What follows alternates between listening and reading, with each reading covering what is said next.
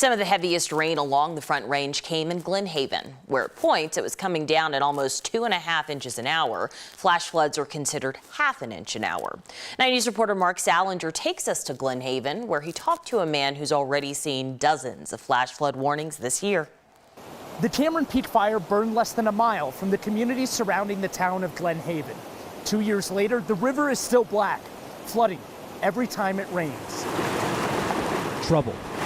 It's nasty looking, dark. Flows fast. Yes. Into Jim Morton's front yard. You couldn't see the culverts, you couldn't see the driveway.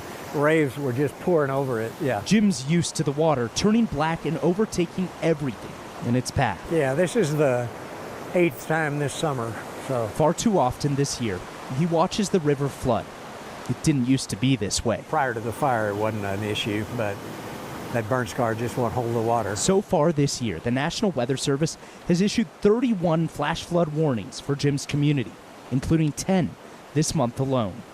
In 2020, before the Cameron Peak fire, there was 1 flash flood warning all year long.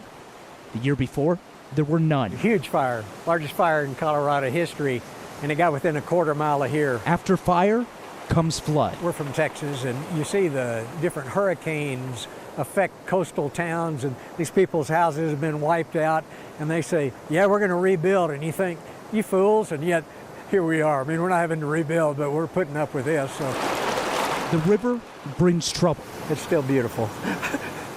We'll bounce back. In a place Jim will love forever. You don't think about the river being that powerful, but work is being done using helicopters to drop mulch on the burn scar to try and stop these floods from happening.